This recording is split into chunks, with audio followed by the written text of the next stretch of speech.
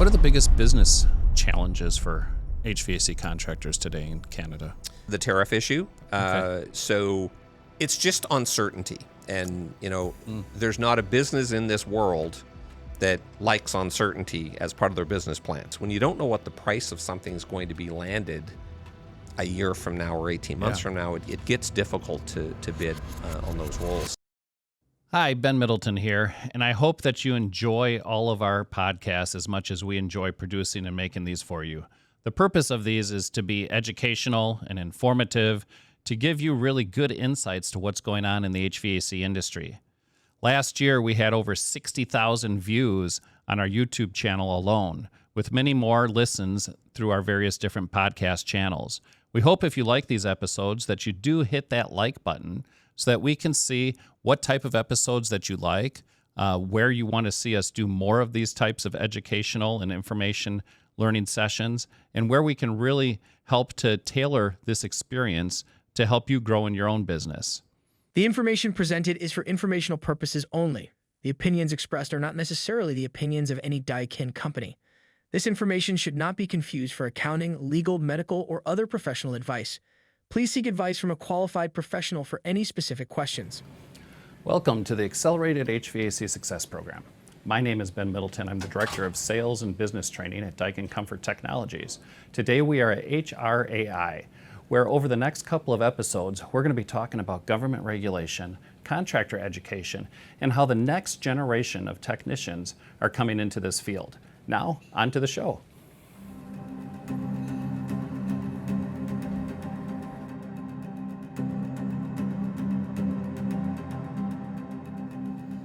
Sandy MacLeod, you are the President and CEO of HRAI. Thank you so much for joining us. Thrilled to be here. It'd be good to have a conversation. Yeah. So the first question we ask everyone is, how in the world did you get into HVAC? So my journey to this sector was an interesting one. I spent a lot of my life in media, and prior to coming here, I was the Chief Operating Officer at the Toronto Star. So it's an interesting, how do you end up at a newspaper to an HVAC association? And, really it was the association angle at first more than the HVAC angle that caught my attention. So as I was looking at a career pivot from one thing to another, the association space was interesting. And as I was meeting with people, I wanted something that was intellectually stimulating and that had the ability to make a difference. And, the climate file was probably one of the things that said, wow, this is something that you can kind of get involved and engaged in something that's so relevant in today's environment. I found when I first joined HRAI in the sector, people would say, what do you do for a living? Well, when I worked for the Toronto Star, as soon as you mentioned the Toronto Star, people knew what it was. They were instantly interested. They think you're a journalist. I was on the business side. I used to joke at a cocktail party, you had kind of had an instant conversation started.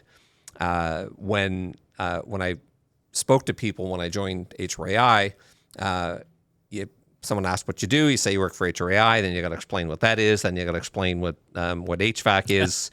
And I could kind of see people's eyes rolling into the back of their heads and running away from the conversation.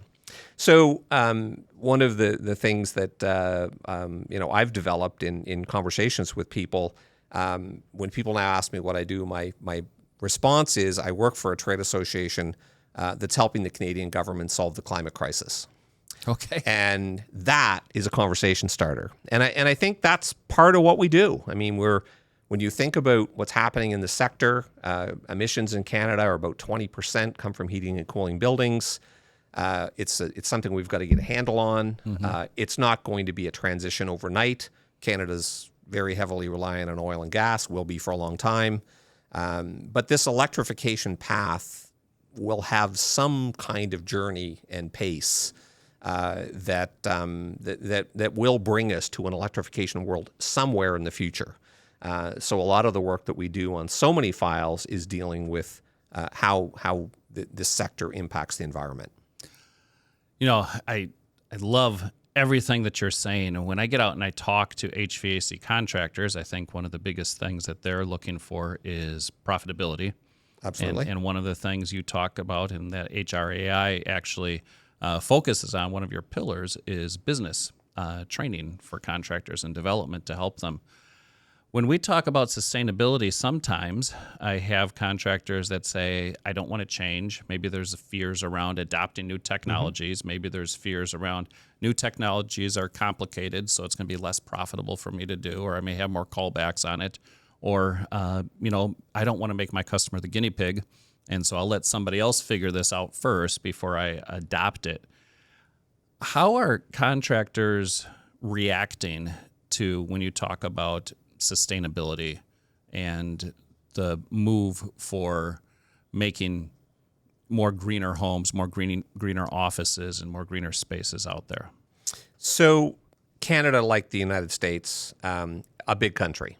A big country also with multiple climate zones. Definitely more heating in Canada, cooling in the U.S. So that conversation with contractors is different in different regions. In the entire industry, it's different in different regions. So you take Atlantic Canada, they have a limited infrastructure around natural gas. So the move to electrification in that part of the country, much more rapid, easier to engage with people, the industry, the unions, and everyone's on board with electrification in Atlantic Canada because it's a logical choice for consumers. You move into a province like Ontario, and all of a sudden you have a slightly different situation, and that is a very good natural gas infrastructure here in Ontario. Natural gas is cheap compared to electricity, or at least the perception is it's cheaper than electricity. And your point is valid. You got a lot of contractors that are quite happy doing like for like.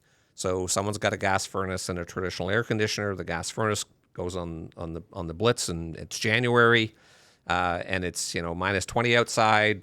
Putting a gas furnace in is an easy sale. It's an easy installation. You move on to the next one.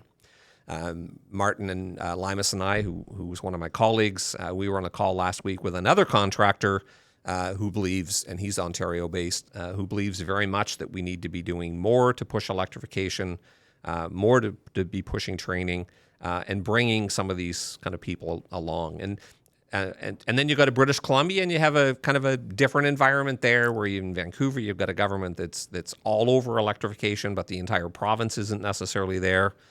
And then there's some messy issues with installations in BC. So I wish it was a simple answer that Right. was kind of one contractor, one solution, one path. And of course, Alberta, they want to install gas appliances. I mean, that's just the reality of what they want to do. So this is going to be a journey, and the journey is going to be a decade or more. This isn't going to be snap your fingers and we're electrified. I think some of the goals that 2030, 2040, 2050 that we hear, they're all seem to be moving targets. I think it's more about the tenacity of staying on top of this, making sure that we're dealing, like one of the courses that we launched last year from a training perspective, 2 years ago actually, was around A2L refrigerants. So that's something that is in every air conditioner and every heat pump. And as that's evolving, we needed to make sure that the workforce has something that they're able to kind of jump on. We've got a series of issues around heat pump installation. Got a lot of guys that are doing gas furnaces, and they're happy to do gas furnaces till they retire. They're 55 years old or 58 years old, and happy doing what I'm doing, and not going to worry about the new technology. And in their span, they'll be fine. I think the 40-year-old gas technician has a different path that he or she has to look at, and that will evolve over time. So what are you guys doing to address some of those business concerns in terms of efficiency?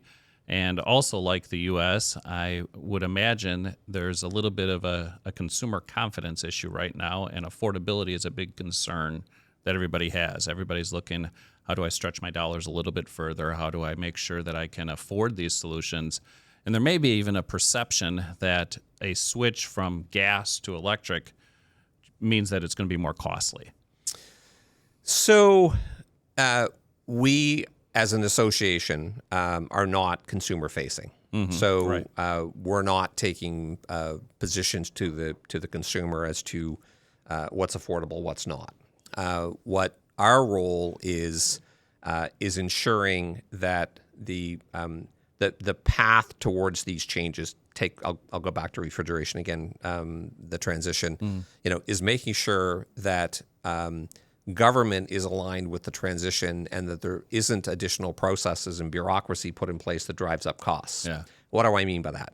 So the United States had their TT rule was pushing the conversion away from A1 legacy refrigerants to the A2L file, and that kind of dragged Canada into that issue, not necessarily a place that Environment Climate Change Canada necessarily wanted to go to, but they were forced to.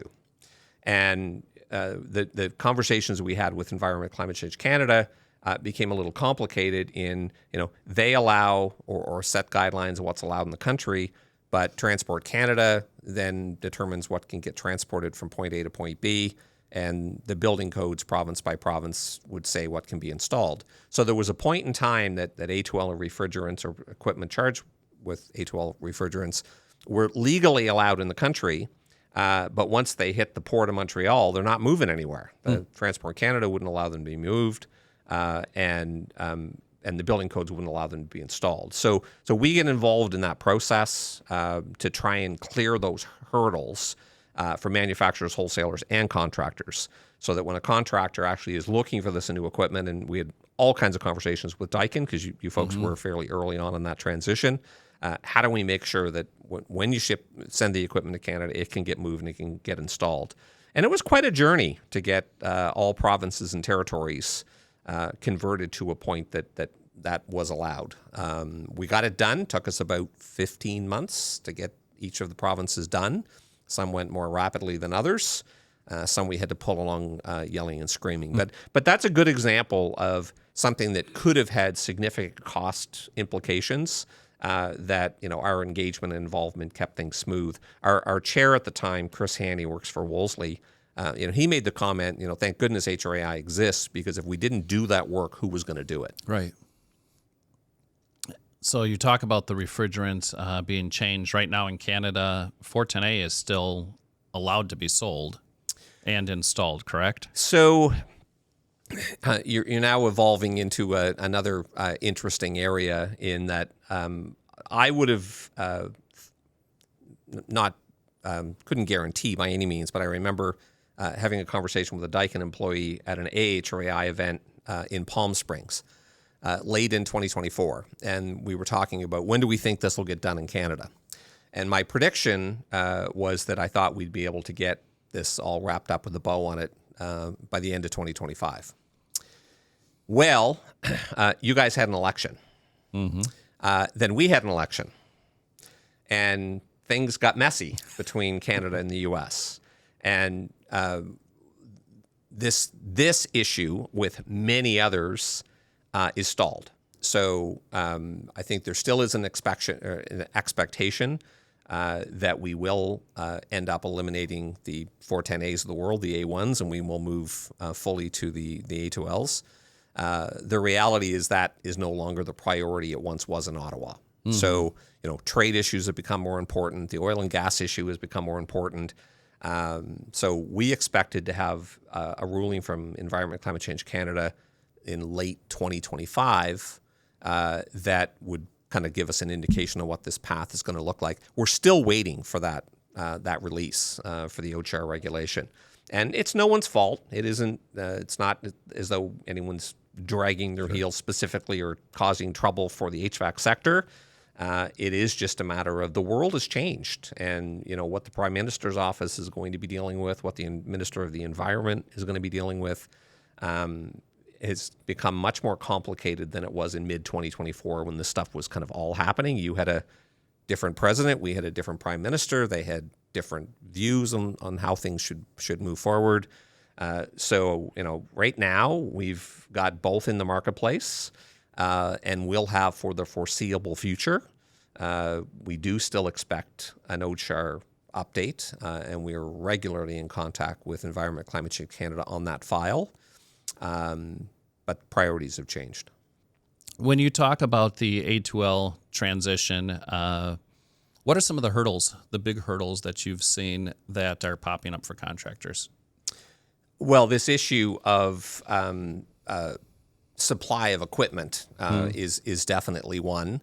And now what we're also seeing, and this becomes a day-to-day concern for manufacturers, wholesalers, and contractors, is supply chain, how tariffs are dealing with these different issues. So I'll just jump over to gas furnaces for a minute. One of when the United States put tariffs on Canadian steel, that had an impact on the Canadian marketplace. So the Canadian government then put counter tariffs in place on products that happen to fall within that space. Gas furnaces happen to be one of those examples. We immediately took a government relations position on that there are no gas furnaces, and I say no, about 5% of the gas furnaces installed in Canada are produced here.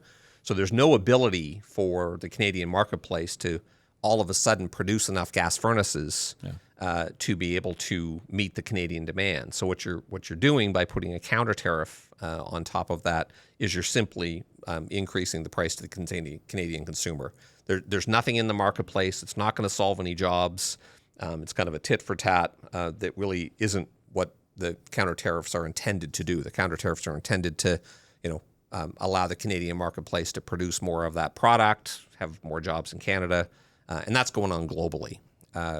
So that was an example of something when you talk about affordability that we've been focused with the Canadian government on for some time, and just recently we've been successful. And now in Canada, there's a remissions process where manufacturers, wholesalers, or contractors can now apply to get some of that money back.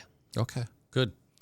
What are the biggest business challenges for HVAC contractors today in Canada? I'm going to go back to the tariff issue. Okay. So it's just uncertainty. And, there's not a business in this world that likes uncertainty as part of their business plan. When you look at a company like Daikin, our wholesalers, I'll just jump to the wholesaler space for a minute. Their order cycle is at least 6 months. So when they're trying to predict what they're going to need in the warehouse, they're 6 months. Some product lines might even be longer. So when you've got uncertainty, whether it's refrigerants, whether it's tariffs on a gas furnace, and you're trying to make bets on what you're going to put in your warehouse, am I going to be dealing with an organization that is able to ship directly from Mexico through the U.S. as a bonded product that avoids the tariffs? I've got U.S. suppliers that I've been with for decades. It's important I keep those products because I've got parts in my warehouse, et cetera. And contractors have relationships with suppliers, and they've had those relationships with suppliers for some time. So now you start merging these issues of efficiency in products, the refrigerants in products, and the tariffs that are on top of them. It can make for pretty tricky planning and pricing. So often when you've got specifically commercial contractors trying to bid on jobs, when you don't know what the price of something is going to be landed a year from now or 18 months from now, it gets difficult to bid on those roles. So I'd say it's the combination of those things that are driving people crazy. And we've seen some contractors change suppliers. They've made decisions that I don't want to deal with the uncertainty here. I think I can get more certainty there. And I got one particular large contractor in mind who made a pretty significant decision to change his buying patterns. And it was mostly tariff/supply chain driven. Kind of the last question I ask everybody as we're closing out these is, what words of wisdom would you have to share with the HVAC contractor that's listening to this today? So the first thing that and it sounds a little bit like a sales pitch, but it isn't. HRAI is the only trade association in Canada that truly represents contractors, manufacturers, and wholesalers. And what do I mean by truly? We actually have 3 independent boards that deal with each of those segments separately. So we've got a wholesaler board, got a manufacturing board, got a contractor board, and then we have an HRAI board that sits on top of that for administrative purposes. So what's my message is get involved. There should be nobody in the HVAC sector in Canada that shouldn't receive our newsletter. Whether you're a member or not a member doesn't really matter. Stay connected. Understand what's going on.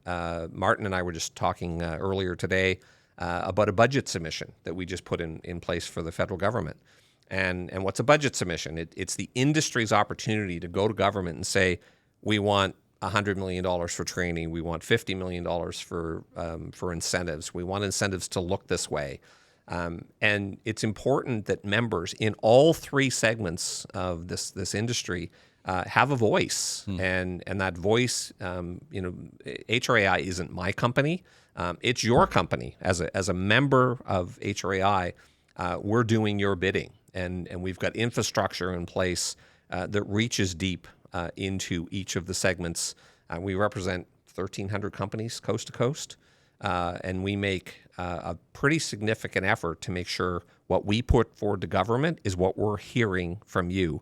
We survey our members every quarter. Very, very few trade associations are that active in trying to pull information in from members to ensure that we have a sense of the types of things that matter to members. So my piece of advice to anybody would be involved. First thing, sign up for the newsletter. Then you can determine what track do you want to follow. Well, Sandy, thank you so much for joining us. Thank I really you. appreciate you coming in here. For all of you that are out there, if you liked this episode, please go ahead, hit that like button. If you're listening on one of our podcast channels, please make sure that you go ahead and subscribe to that. And until next time.